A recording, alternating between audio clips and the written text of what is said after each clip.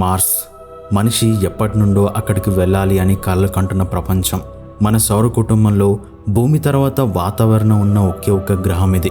ఎందుకంటే మన సౌర వ్యవస్థలో వాతావరణాన్ని పక్కన పెడితే అసలు కాలు పెట్టడానికి నేల కూడా లేని గ్రహాలే ఎక్కువగా ఉన్నాయి.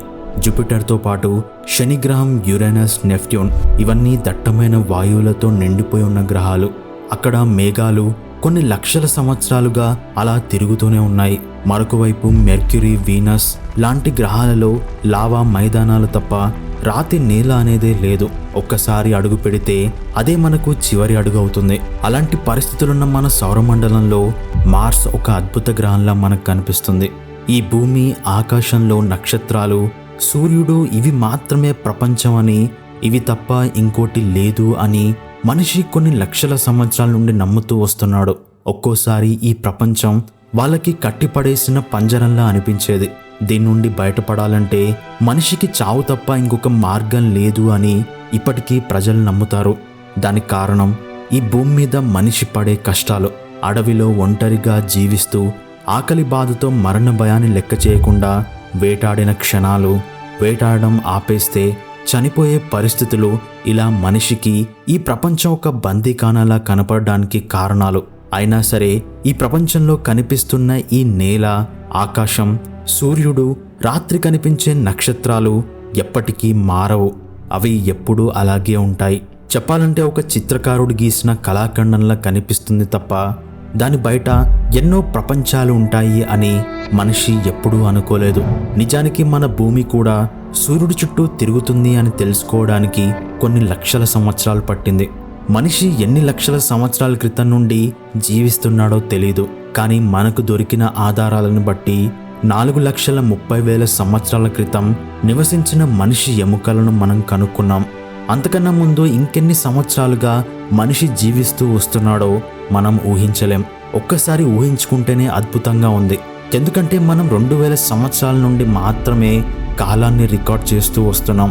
అంతకుమించి 5,000 ఏళ్ల నాటి సింధు నాగరికత, మెసొపొటేమియా నాగరికత, ఈజిప్ట్ నాగరికత గురించి తెలుసుకొని అదే మనకు పునాది అనుకుంటూ వస్తున్నాం. కానీ మనుషులు 4,30,000 సంవత్సరాల క్రితం కూడా జీవించారు. కానీ మొదటి నాగరికత ఆనవాళ్లు కనుక్కున్నది 5,000 ఏళ్ల క్రితం నాటిది మాత్రమే. కాబట్టి మిగతా 4,25,000 సంవత్సరాల ఈ మధ్యకాలంలో నాగరికత ఎందుకు ఏర్పడలేదు, వాళ్ళెందుకు అభివృద్ధి చెందలేదు, ఈ మధ్యకాలంలో ఏం జరిగింది అనేది ఎప్పటికీ ఒక మిస్టరీగానే ఉంటుంది. అయితే ఇన్ని లక్షల సంవత్సరాల ఈ కాలగమనంలో మనిషి ఎప్పుడూ ఒంటరిగానే జీవించాడు. కనీసం ఆకాశంలో కనిపించే నక్షత్రాల చుట్టూ గ్రహాలు తిరుగుతాయి అనే ఆలోచన కూడా లేకుండా బ్రతికాడు. కానీ ఆ నక్షత్రాలను దిక్సూచిలా చేసుకొని సముద్ర ప్రయాణాలు చేశాడు. అందుకే ఎక్కడికి వెళ్ళినా ఈ భూమి తప్ప విశ్వంలో ఇంకేం లేదు అని నిర్ణయించుకున్నాడు. అలా కొన్నేళ్ల ముందు వరకు అసలు భూమి తప్ప ఇంకో ప్రపంచం ఉంటుంది అని కూడా తెలియకుండా బ్రతికిన మనకు ఇంకొక ప్రపంచం ఉంటుంది అని తెలిసినప్పుడు మనం నిజంగా ఆశ్చర్యపోయాం. అలాంటిది మనది కానీ ఆ ప్రపంచంలో ఎలా ఉంటుందో మనం చూడగలిగితే ఎలా ఉంటుందో ఊహించుకోండి. అక్కడికి మనం తయారు చేసుకున్న రోబోలను పంపిస్తే ఇంకెలా ఉంటుంది? అంతరిక్షపు యుగంలోకి మనిషి పూర్తిగా ప్రవేశించాడు అని చెప్పుకోవడానికి అదే పునాది అవుతుంది. రాత్రిపూట ఒక నక్షత్రంలా మెరుస్తున్న ఈ అంగారక గ్రహంలో 6 చక్రాలతో ఒక రోవర్ ప్రయాణిస్తుంది అని ఎంతమందికి తెలుసు?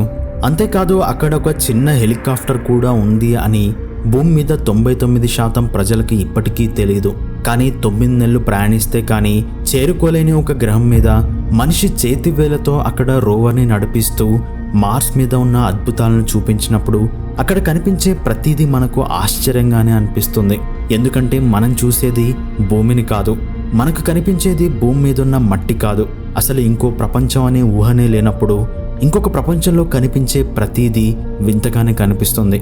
ఆ వింత ప్రపంచంలోకి నాసా ఎందుకు వెళ్ళింది, అక్కడ ఈ పర్సివరెన్స్ అనే రోవర్ ఏం చూసింది అనే ఎన్నో విషయాలు ఈ వీడియోలో మాట్లాడుకుందాం.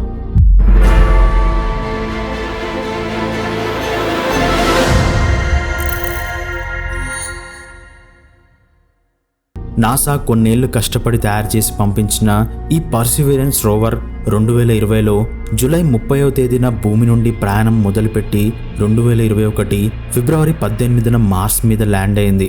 అంటే దాదాపు 7 నెలలు ప్రయాణించి అక్కడికి చేరుకుంది. ల్యాండింగ్ అనేది అనుకున్నట్టుగానే జరిగింది. కానీ ఆ ల్యాండింగ్ వల్ల మార్స్ మీద చెత్త పేరుకుపోయింది. ఇక్కడ కనిపిస్తున్న పారాచూట్ ఇదంతా మన రోవర్ ల్యాండింగ్ వల్ల ఏర్పడిన వ్యర్థాలు. ఈ ఒక్క సంఘటన చాలు మనిషి అక్కడ అడుగు పెట్టాడు అని చెప్పడానికి. మార్స్ మీద ఎవరో ల్యాండ్ అయ్యారు అని ఏలియన్స్ కూడా గుర్తుపట్టేలా ఉన్న ఈ ప్రదేశాన్ని మన రోవర్ అడుగు పెట్టగానే ఫోటో తీసింది. ఆ తర్వాత రోవర్లో అన్ని పరికరాలు సరిగ్గా పనిచేస్తున్నాయా లేదా అని భూమి నుండి దానికి కమాండ్స్ని పంపించి పరీక్షించారు. అనుకున్నట్టుగానే రోవర్కి ఏం జరగకుండా ప్రయాణించి మార్స్ని తాకింది. అక్కడ నుండి మార్స్ ఉపరితలాన్ని దానికున్న హై క్వాలిటీ కెమెరాతో మనకు చూపించడం మొదలుపెట్టింది. నెమ్మదిగా ముందుకు కదులుతూ దాదాపు 6 నెలల పాటు మార్స్ ఉపరితలాన్ని చూపించింది. ఆ తర్వాత 2021 సెప్టెంబర్ 1వ తేదీన మొట్టమొదటి శాంపిల్ని కలెక్ట్ చేసుకోవడానికి సరైన ప్రాంతాన్ని ఎంచుకుంది. ఈ ప్రాంతాన్ని సరిగ్గా గమనిస్తే ఇందులో ఎన్నో రహస్యాలుంటాయి. ఇక్కడ కనిపించే రాళ్ళు 350 కోట్ల సంవత్సరాల క్రితం నీటి అడుగు భాగంలో ఉండేవి. దానికన్నా ముందు ఇవి ఎక్కడి నుండో నీటి ప్రవాహంలో కొట్టుకొచ్చిన రాళ్ళివి. వీటి పక్కనే మార్స్ నేల మీద ఇంకొక రకమైన రాళ్ళు కూడా ఉన్నాయి.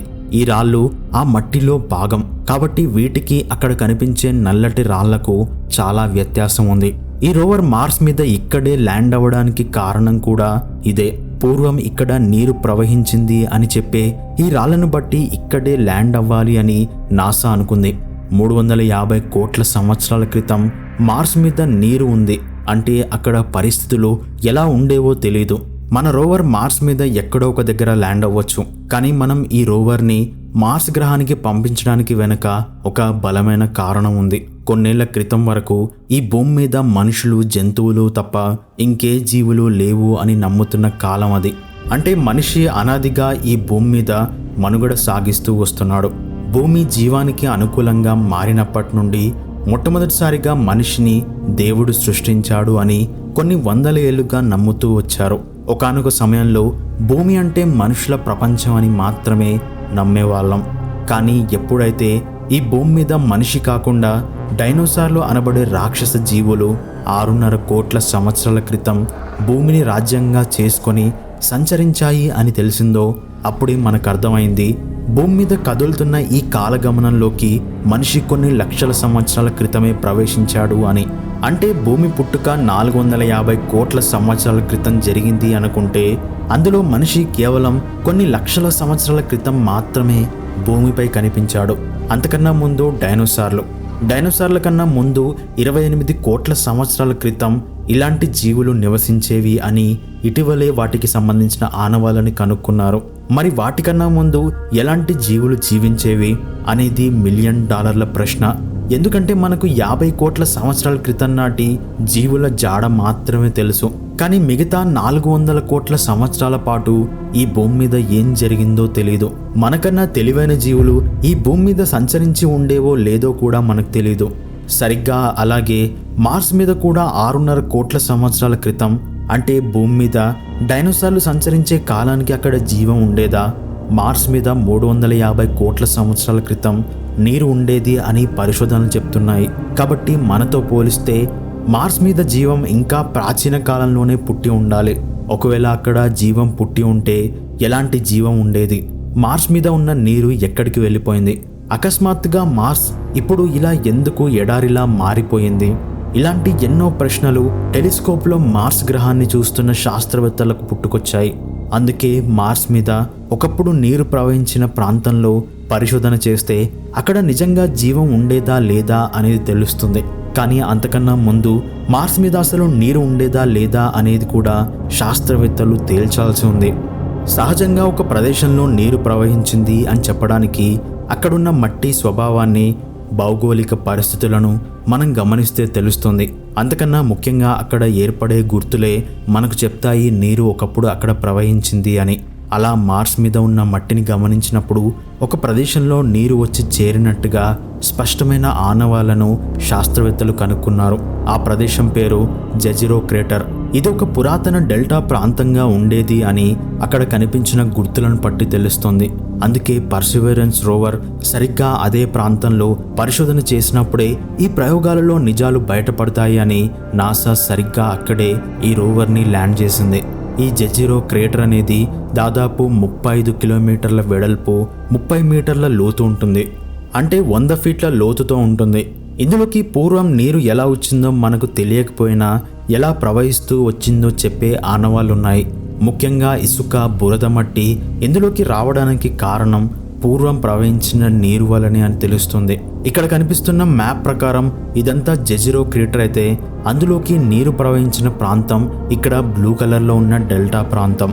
సరిగ్గా ఈ ప్రాంతం నుండి నీరు అందులోకి ప్రవహించి ఉండాలి. దానికి తగ్గట్టుగా అక్కడ రివర్ ఛానల్స్ కూడా ఉన్నాయి. కానీ ఆ ప్రాంతానికి దూరంగా మన రోవర్ ల్యాండ్ అయ్యింది. అక్కడ నుండి మన రోవర్ ఈ డెల్టా ప్రాంతానికి ప్రయాణించాల్సి ఉంటుంది. ఆ ప్రయాణంలో మార్స్ మీద కనిపించిన అద్భుతాలను ఇలా కళ్ళకు కట్టినట్టు చూపించింది. ఇక్కడ కనిపిస్తున్న ఫోటోలు గ్రాఫిక్స్ కాదు, ఆర్టిఫిషియల్ ఇంటెలిజెన్స్తో చేసిన ఫోటోలు అంతకన్నా కాదు. మన రోవర్ స్వయంగా దానికున్న హై క్వాలిటీ కెమెరాలతో తీసిన మార్స్ ఫోటోలు. ఇక్కడ కనిపించే ప్రతిదీ మార్స్ మీద ఉన్న మట్టి, అక్కడ ఉన్న రాళ్ళు ఇవన్నీ మన ప్రపంచంలోనివి కాదు. అయినా సరే మన భూమికి చాలా దగ్గర పోలికలతో ఉన్నాయి. కానీ మన భూమి మీద కాకుండా ఆకాశానికి అవతల ఇలాంటి రాళ్ళు, ఇసుక ఉంటాయి అని ఎవరూ ఊహించుండకపోవచ్చు. నాసా అక్కడికి ఈ రోవర్స్ని పంపించి ఇంత క్వాలిటీతో ఫోటోలు తీసి చూస్తున్నా సరే అది నమ్మబుద్ధి కానంత ఆశ్చర్యంగా అనిపిస్తుంది. ఎందుకంటే రాళ్ళు, మట్టి ఇవన్నీ భూమికి చెందినవి. ఇవన్నీ భూమిని దాటుకొని ఎప్పటికీ బయటికి వెళ్ళలేవు.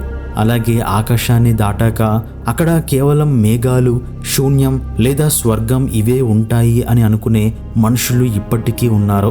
అలాంటి ఆలోచనల నుండి మనది కాని ప్రపంచంలో రాళ్ళు, మట్టి, ఇసుక ఇవన్నీ కోట్ల సంవత్సరాల నుండి నిర్జీవంగా చలనం లేకుండా ఉండడాన్ని చూస్తే నిజంగా అద్భుతంగా అనిపిస్తుంది.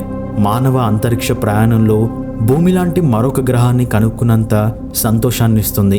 అదంతా చూస్తుంటే అక్కడికి వెళ్ళి నివసించొచ్చు అని అనిపిస్తుంది. కానీ మార్స్ మనకు కనిపిస్తున్నట్టు భూమి లాంటి గ్రహం కాదు.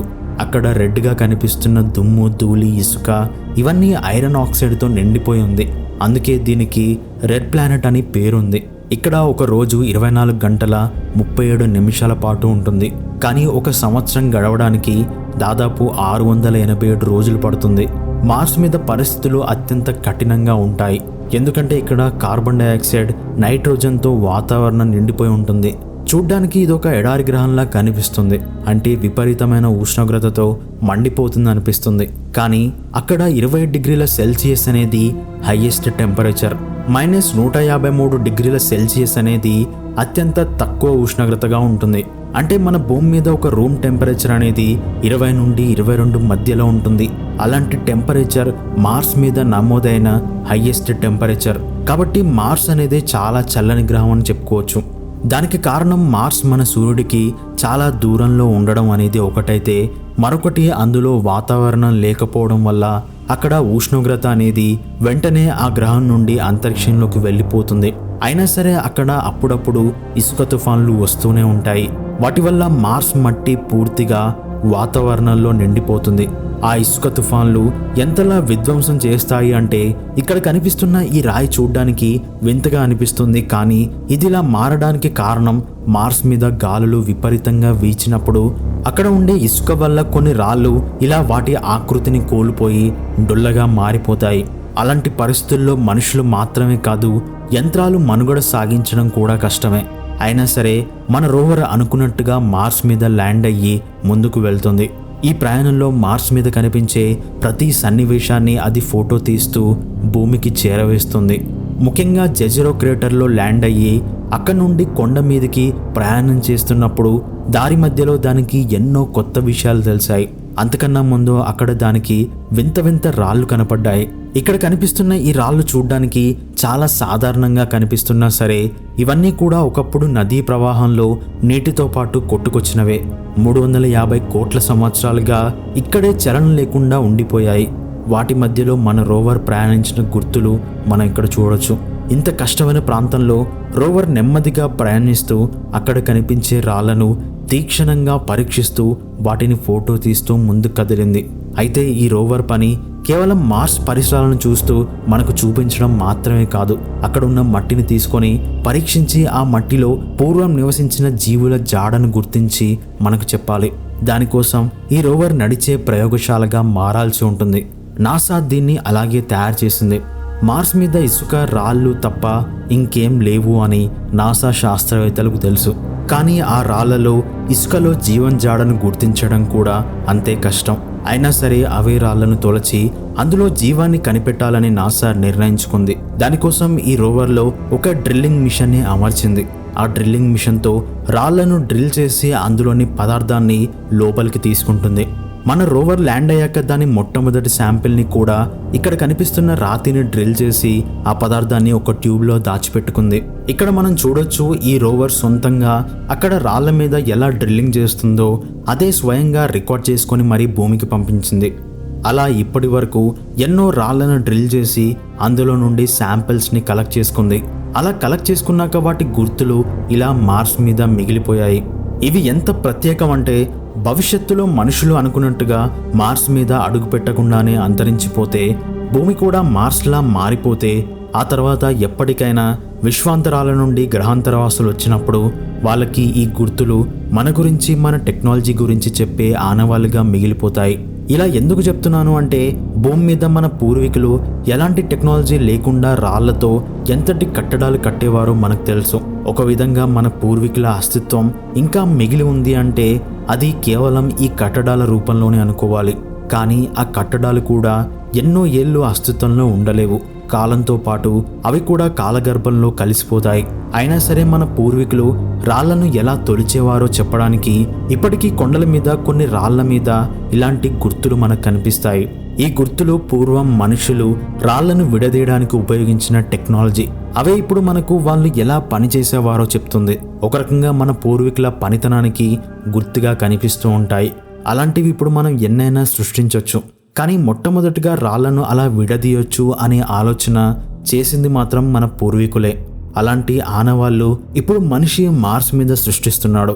ఒక చాక్ పీస్ సైజులో మార్స్ రాళ్లను డ్రిల్ చేసి వాటిని రోవర్ తనలో దాచుకుంటుంది. ఆ శాంపిల్స్లోనే మనకు కావలసిన డేటా ఉంటుంది. మనకు తెలుసు మార్స్ మీద పూర్వకాలంలో జీవం ఉండేదా లేదా అని తెలుసుకోవడానికి మిగిలి ఉన్న ఆనవాళ్ళు కేవలం ఈ రాళ్ళు మాత్రమే. అలాంటి రాళ్ల నుండి తీసుకున్న శాంపిల్స్ భూమికి చేరుకున్నప్పుడే అందులో ఉండే రహస్యాన్ని మన శాస్త్రవేత్తలు పరిశోధించి తెలుసుకుంటారు. అలా జరగాలి అంటే ఆ శాంపిల్స్ అనేవి రోవర్ దగ్గర జాగ్రత్తగా ఉండాలి. కానీ దాని దగ్గరే ఉండడం వల్ల అవి భూమికి ఎలా వస్తాయి అని అనుకుంటాం. దానికోసం కూడా నాసా ఒక ప్లాన్ వేసింది.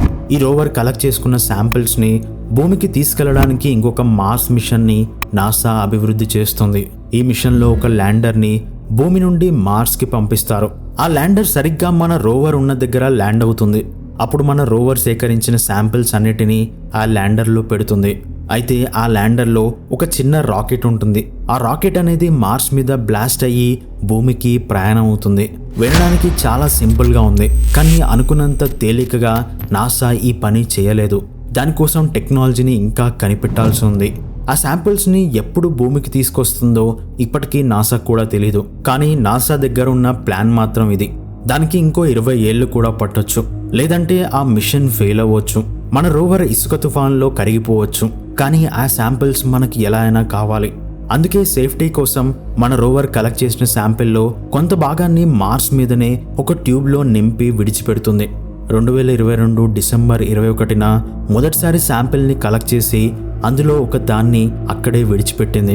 ఆ తర్వాత జనవరి 22, 2023లో 10వ శాంపిల్ని డిపాజిట్ చేసినప్పుడు మన రోవర్ తీసుకున్న సెల్ఫీ ఫోటో ఇది.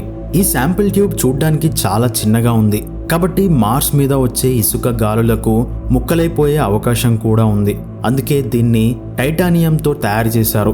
అంతరిక్ష ప్రయాణంలో కానీ మార్స్ మీద కానీ ఇది చెక్కు చెదరకుండా లోపల ఉన్న శాంపిల్ని కాపాడుతుంది. ఈ ఫోటోలో మన రోవర్ గత కొన్నేళ్లలో విడిచిపెట్టిన శాంపిల్స్ని కూడా మనం చూడొచ్చు. ఈ ఫోటోను క్రియేట్ చేయడానికి మన రోవర్లో ఉన్న వాట్సన్ అనే కెమెరాతో దాదాపు 59 ఫోటోలు తీసి వాటిని కలిపినప్పుడు వచ్చిన ఫోటో ఇది. ఇంత క్లియర్గా ఈ ఫోటో తీసుకోవడానికి కారణం కూడా ఉంది. అదేంటంటే ఆ టైటానియం ట్యూబ్ అనేది రోవర్ చక్రాల కింద పడకుండా చూసుకోవడానికి, అలాగే ఇది ఒక చిన్న ట్యూబ్ కాబట్టి అక్కడి నుండి రోల్ అవుతూ దూరంగా వెళ్ళిపోయే అవకాశం కూడా ఉంది. అందుకే మన రోవర్ ఫ్లాట్గా ఉండే సర్ఫేస్ని చూసి సరిగ్గా అక్కడే దాన్ని విడిచిపెడుతుంది. అలా విడిచిపెట్టాక దాన్ని ఫోటో తీసి భూమికి పంపిస్తుంది. అదే ఇప్పుడు మనం చూస్తున్న ఫోటో. ఆ తర్వాత మన రోవర్ మళ్ళీ ఆ డెల్టా ప్రాంతానికి ప్రయాణించడం మొదలుపెట్టింది. అయితే ప్రతిసారి రాళ్ల నుండి శాంపిల్స్ని కలెక్ట్ చేసుకోవడం కాదు, కొన్ని రాళ్ళు వాటి వెనుక ఉన్న కథను కూడా మన రోవర్తో పంచుకున్నాయి. ఇక్కడ కనిపిస్తున్న రాళ్ళను చూస్తే అక్కడంతా ఆసక్తిగా ఏముంది అని అనుకుంటాం, కానీ ఆ నిర్మానుష్య గ్రహంలో కనిపించే ప్రతి రాయి మనకు మార్స్ చరిత్రను చూపిస్తుంది. అదే చరిత్ర ఇక్కడున్న రాళ్లలో కూడా ఉంది. ఇక్కడ కనిపిస్తున్న రాళ్ల మీద అలల రూపంలో కొన్ని గుర్తులున్నాయి. అవే గుర్తులు అన్ని రాళ్ల మీద ఉన్నాయి. అయితే ఈ గుర్తులు ఏర్పడడానికి కారణం మార్స్ వాతావరణ చక్రాలు. అంటే భూమి మీద ఉన్నట్టుగా మార్స్ మీద కూడా వాతావరణ మార్పులు ఉంటాయి. అంటే చలికాలం, ఎండాకాలం మార్స్ మీద కూడా ఏర్పడుతుంది. అయితే కాలానికి తగ్గట్టుగా అక్కడ ఇసుక ఒక నదిలా ప్రవహిస్తూ ఆ రాళ్లను కత్తిరిస్తూ వెళ్ళి ఉండాలి. అప్పుడే ఇలాంటి నమూనాలు ఏర్పడి ఉంటాయి అని శాస్త్రవేత్తలకు తెలిసింది. ఇదొక్కటే కాదు, ఇక్కడ కనిపిస్తున్న ఈ రాతి కొండకు రాకీ హిల్ అని పేరు పెట్టారు. ఈ రాకీ హిల్లో కనిపిస్తున్న రాళ్ళు ఎలా కోతకు గురయ్యాయో మనం చూడొచ్చు. ఇలాంటి రాళ్ళు ఎక్కువగా నదులు ప్రవహించే ప్రాంతంలో కనిపిస్తూ ఉంటాయి. ఎందుకంటే నీరు ప్రవహించేటప్పుడు ఆ ప్రవాహానికి రాళ్ళు కూడా కోతకు గురవుతాయి. సరిగ్గా అలాంటి రాళ్ళు మార్స్ మీద కనపడడం అనేది అక్కడ నదులు ప్రవహించాయి అని చెప్పడానికి గట్టి ఆధారంగా నిలుస్తున్నాయి. అక్కడ నుండి ఇంకొంచెం ముందుకు వెళ్తే సెడిమెంటరీ రాక్స్తో ఏర్పడిన ప్రాంతాన్ని కూడా మన రోవర్ ఫోటో తీసింది. ఇక్కడ కనిపిస్తున్న ప్రతి రాయి ఒకప్పుడు నీటి అడుగున అత్యంత సూక్ష్మమైన ఇసుక కణాలతో ఏర్పడిన రాళ్ళివి. ఇవే మార్స్ మీద మనకు కావలసిన రాళ్ళు. ఎందుకంటే ఈ సెడిమెంటరీ రాక్స్లోనే పురాతన జీవానికి సంబంధించిన శిలాజాలు ఉండిపోతాయి. భూమి మీద డైనోసార్లు 6.5 కోట్ల సంవత్సరాల క్రితం జీవించాయి అని మనకు తెలుసు. వాటి శిలాజాలు భూమి పొరల్లో ఉండిపోవడం వల్ల వాటి ఉనికి ఇన్ని కోట్ల సంవత్సరాల తర్వాత కూడా తవ్వకాల్లో బయటపడ్డాయి. కానీ డైనోసార్ల శిలాజాలు అన్ని ప్రాంతాలలో లభించలేదు. కొన్ని ప్రత్యేకమైన ప్రాంతాలలో మాత్రమే అవి బయటపడ్డాయి. ముఖ్యంగా అమెరికాలో డైనోసార్ శిలాజాలు ఎక్కువగా దొరుకుతాయి. దానికి కారణం ఏంటంటే నార్త్ అమెరికాలో సెడిమెంటరీ రాక్స్తో ఏర్పడిన కొండలు ఎక్కువగా ఉన్నాయి. వాటిలో ఎన్నో డైనోసార్ శిలాజాలు బయటపడ్డాయి. ఇప్పటికీ వాటి గురించిన తవ్వకాలు జరుగుతూనే ఉంటాయి. ఈ సెడిమెంటరీ రాళ్ళనేవి కొన్నిసార్లు జీవుల అవశేషాలతో కూడా ఏర్పడతాయి. అలాంటప్పుడు వీటి మీద పరిశోధన చేయడం వల్ల కొత్త కొత్త జీవాలను మనం కనుక్కోవచ్చు. అందుకే ఈ రాళ్లను డ్రిల్ చేసి మరీ అందులోని శాంపిల్స్ని మన రోవర్ తీసుకోవడాన్ని ఇక్కడ మనం చూడొచ్చు. 3 చోట్ల డ్రిల్ చేసి ఒక చాక్ పీస్ సైజులో దాన్ని కట్ చేసి వాటి ఆనవాలను కనెక్ట్ చేసుకుంది. ఈ ప్రాంతం మొత్తం ఇలాంటి రాళ్లతో ఎలా నిండిపోయిందో కూడా మనం చూడొచ్చు. ఇదంతా ఒకప్పుడు నీరు ప్రవహించింది అని చెప్పడానికి నిలిచి ఉన్న ఆధారాలు. ఒక సరస్సు కానీ ఒక నది కానీ పూర్తిగా ఎండిపోయి కొన్ని కోట్ల సంవత్సరాల పాటు నిర్జీవంగా పడి ఉంటే ఎలా ఉంటుందో చెప్పే సన్నివేశం ఇది. అయితే మన రోవర్ కేవలం శాంపిల్స్ని కలెక్ట్ చేయడం మాత్రమే కాదు, అక్కడ ఒక అద్భుతమైన డిస్కవరీ కూడా చేసింది. జూలై 18, 2024 అంటే మన రోవర్ మార్స్ కాలమాన ప్రకారం 1354 రోజులు అక్కడ తిరిగిన తర్వాత ఒక ఆసక్తికరమైన రాతిని కనుక్కుంది. ఆ రాతి మీద పురాతన సూక్ష్మజీవుల ఆనవాళ్లు ఉన్నట్టు గుర్తించింది. ముఖ్యంగా దాని మీద కాల్షియం సల్ఫేట్ అనే రసాయన పదార్థాలు ఉన్నట్టు గుర్తించింది. కాల్షియం సల్ఫేట్ అనేది జీవం మనుగడలో ముఖ్య పాత్ర పోషిస్తుంది. ఈ ఫోటోలో కనిపించే చిరుతపులి కాలి గుర్తుల్లా ఉన్నవి అన్నీ కూడా కోట్ల సంవత్సరాల క్రితం సూక్ష్మజీవులు నివసించాయి అని చెప్పే ఆనవాళ్లు. సహజంగా ఇలాంటి గుర్తులు భూమి మీద ఉన్న శిలాజాలలో కనిపిస్తూ ఉంటాయి. దాంట్లో సూక్ష్మజీవులు శిలాజాలుగా కనిపిస్తుంటాయి. ఇప్పుడు ఇలాంటి గుర్తులు మార్స్ మీద కనిపించడంతో ఇన్ని రోజులు ఒంటరిగా మన రోవర్ చేస్తున్న ప్రయాణానికి ఒక సార్థకత వచ్చింది. అయితే ఇక్కడ ఒక ఆసక్తికరమైన విషయం ఏంటంటే ఆ రాతి మీద ఆలివిన్ అనే మినరల్ కూడా లభించింది. ఈ మినరల్ సహజంగా అంతరిక్షంలో గ్రహశకలాల్లో ఉంటుంది. ఇది భూమి మీద లభించే అరుదైన మినరల్. దీని ధర ఒక క్యారెట్కి $45 వరకు ఉంటుంది. అంతరిక్షంలో ఉండే ఆస్ట్రాయిడ్ మినరల్తో పాటు మార్స్ మీద పురాతనమైన మైక్రోబియల్ లైఫ్ రెండూ ఒకే దగ్గర ఉండడం శాస్త్రవేత్తలకు ఆసక్తిని పుట్టించింది. ఎందుకంటే అంతరిక్షంలో ఉండే ఆస్ట్రాయిడ్లు ప్లానెట్ మీద పడినప్పుడు జరిగే విధ్వంసం గురించి మన భూమికి బాగా తెలుసు. దానివల్ల ఎన్ని జీవరాశులు నశించాయో ఆ భూమికే తెలియాలి. అలాంటి ఒక ఆస్ట్రాయిడ్ ఆనవాళ్లు మార్స్ మీద కూడా ఉండడం దాంతోపాటు అక్కడే జీవం ఆనవాళ్ళు కూడా ఉండడం అనేది ఖచ్చితంగా యాదృచ్ఛికమైతే కాదు. దాని వెనుక ఏదో బలమైన కారణం ఉండి తీరాలి. ఇక్కడ తెల్లగా కనిపిస్తున్న రాతి పదార్థంలో మొత్తం కాల్షియం సల్ఫేట్తో నిండి ఉంది. అయితే ఇక్కడ ఇంకొక ఇంట్రెస్టింగ్ విషయం ఏంటంటే అక్కడున్న కాల్షియం సల్ఫేట్ అనేది పురాతన కాలంలో నీరు అక్కడ ప్రవహించినట్టుగా కూడా సంకేతం ఇస్తుంది. అంటే నీరు, జీవం, గ్రాహశకలాలు ఈ మూడు కలిసి శాస్త్రవేత్తలకు చెప్పాలి అనుకుంటున్న విషయం ఏమై ఉంటుంది అని అనిపిస్తుంది. అయితే ఇప్పటి వరకు మన రోవర్ జీవం కోసం వెతుకుతున్న ఈ జెజిరో క్రేటర్ ప్రాంతం అనేది మనం అనుకున్నట్టుగా అది సహజంగా ఏర్పడిన సరస్సు కాదు. అంతరిక్షం నుండి దూసుకొచ్చిన ఒక ఆస్ట్రాయిడ్ చేసిన విధ్వంసం వల్ల ఏర్పడిన క్రేటర్ అది. బహుశా అది ఏర్పడడానికి ముందే అక్కడ జీవం ఉండి ఉండొచ్చు. ఆస్ట్రాయిడ్ చేసిన విధ్వంసంలో మార్స్ మీద జీవరాశి నశించిపోయి ఉండొచ్చు. లేదంటే ఇప్పుడున్నట్టుగా నిర్మానుష్యంగా ఉన్న మార్స్ మీద ఆ విధ్వంసం తర్వాత ఏర్పడిన లోయలోకి నెమ్మదిగా నీరు వచ్చి చేరడం వల్ల అందులో జీవం పుట్టి ఉండొచ్చు. ఇలా కారణాలు ఏవైనా సరే జీవానికి మార్స్కి మధ్య మనకు తెలియని ఏదో సంబంధం ఉంది అని మాత్రం మనం ఖచ్చితంగా చెప్పొచ్చు. ఆ రహస్యాలన్నీ మన రోవర్ కలెక్ట్ చేసిన శాంపిల్స్ని భూమికి చేరవేసినప్పుడే మనకు తెలుస్తాయి. ఈ విషయాన్ని కొద్దిగా పక్కన పెడితే మనం ఏదైనా దూర ప్రయాణానికి వెళ్ళినప్పుడు ఎంత జాగ్రత్తగా అన్నిటికీ రెడీ అయి వెళ్తామో మనకు తెలుసు. అక్కడ వచ్చే ప్రాబ్లమ్స్కి ముందే సొల్యూషన్ ఆలోచించుకొని దానికి కావలసిన వస్తువులను తీసుకెళ్తాం.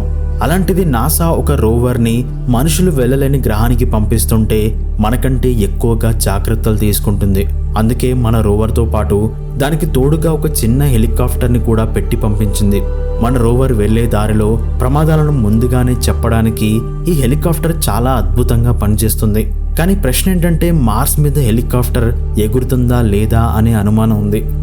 దానికోసం ఎన్నో ప్రయోగాలు చేశారు. మార్స్ మీద మన భూమితో పోల్చితే ఉండే 1% వాతావరణాన్ని, అలాగే మార్స్ మీద ఉండే 40% తక్కువ గ్రావిటీని భూమి మీదే సృష్టించారు. దాన్ని ప్రయోగించారు. శాస్త్రవేత్తలు అనుకున్నట్టుగానే మార్స్ మీద ఒక హెలికాప్టర్ ఎగురుతుంది అని తెలుసుకున్నారు. అనుకున్నట్టుగానే అక్కడికి పంపించిన ఇంజెన్యూటీ అనే హెలికాప్టర్ ఏప్రిల్ 19, 2021లో మొట్టమొదటిసారి అంగారక గ్రహం మీద రెక్కలు తిప్పుకుంటూ పైకి ఎగిరింది. అవి సైంటిస్టులకు ఎంతో అద్భుతమైన క్షణాలు. ఎందుకంటే ఎక్కడో మనకు తెలియని కొన్ని కోట్ల కిలోమీటర్ల దూరంలో ఉన్న గ్రహం మీద ఎగరడానికి హెలికాప్టర్ తయారు చేయాలి అనే ఆలోచన రావడం గొప్పదే అయినా సరే అది జరుగుతుందా లేదా అనే అనుమానంతో వాళ్ళ లైఫ్లో కొన్నేళ్లు వెచ్చించి దాన్ని తయారు చేశారు. కాబట్టి అక్కడికి వెళ్ళాక వాళ్ళు అనుకున్నట్టు అది అసలు స్టార్ట్ కూడా అవ్వకపోతే వాళ్ళ కష్టం మొత్తం ఆ ఎడారి ఇసుకలో పోసినట్టు అవుతుంది. కానీ కష్టపడితే తప్పకుండా ఫలితం అందుతుంది. అది భూమి మీద అయినా సరే ఇంకొక గ్రహం మీద అయినా సరే అని దాన్ని నిరూపించారు. మనిషి తయారు చేసిన హెలికాప్టర్ ఏలియన్ గ్రహంలో ఎగరడం మన సౌర కుటుంబ చరిత్రలో ఇదే మొదటిసారి. నిజానికి మార్స్ మీద తప్ప మనలాంటి హెలికాప్టర్లు ఇంకే గ్రహంలో కూడా ఎగరవు. ఎందుకంటే మార్స్ మీద తప్ప ఇంకే గ్రహంలో మనలాంటి వాతావరణం అనేది ఉండదు. అందుకే అక్కడికి హెలికాప్టర్ని పంపించాలి అనే గొప్ప ఆలోచన నాసాకి వచ్చింది. అనుకున్నట్టుగానే దాన్ని సాధించింది. ఇప్పుడు ఈ హెలికాప్టర్కి ఉన్న పని కేవలం మన రోవర్కి దారి చెప్పడం మాత్రమే కాదు, ఆకాశం నుండి మార్స్ ఉపరితలం ఎలా ఉందో చూసి వాటిని భూమికి పంపించాలి. అనుకున్నట్టుగానే మార్స్ మీద ఇసుక అలలు ఎలా ఉంటాయో ఫోటో తీసి పంపించడం చేస్తూ ఉండేది. ఒక్కోసారి మన రోవర్కి దూరంగా వెళ్ళి ఇసుకలో సేద తీరేది కూడా. ఇక్కడ మనం చూస్తున్న ఫోటోలోనే హెలికాప్టర్ కూడా ఉంది. దీన్ని చూస్తుంటే అంగారకుడి ఇసుక తిన్నెల మీద ఎంత ప్రశాంతంగా ఉందో అనిపిస్తుంది. మన హెలికాప్టర్ ఇప్పటి వరకు మార్స్ మీద 128 నిమిషాల పాటు ఎగిరింది. అంతేకాదు దాదాపు 17 కిలోమీటర్ల దూరం ప్రయాణించింది. అలాగే 24 మీటర్ల ఎత్తుకు రీచ్ అయింది. ఇప్పటి వరకు 72 సార్లు అంగారకుడి మీద గాలిలో ఎగురుతూ దాని శక్తి మేరకు అది మనకు సహాయం చేసింది. కానీ జనవరి 18, 2024 ఆ రోజు కూడా మార్స్ మీద పైకి ఎగిరింది. కానీ అనుకున్నట్టుగా కిందికి దిగలేకపోయింది. దాని రెక్కలు హఠాత్తుగా ముక్కలయ్యాయి. ఒక్కసారిగా దాని శక్తి కోల్పోయింది.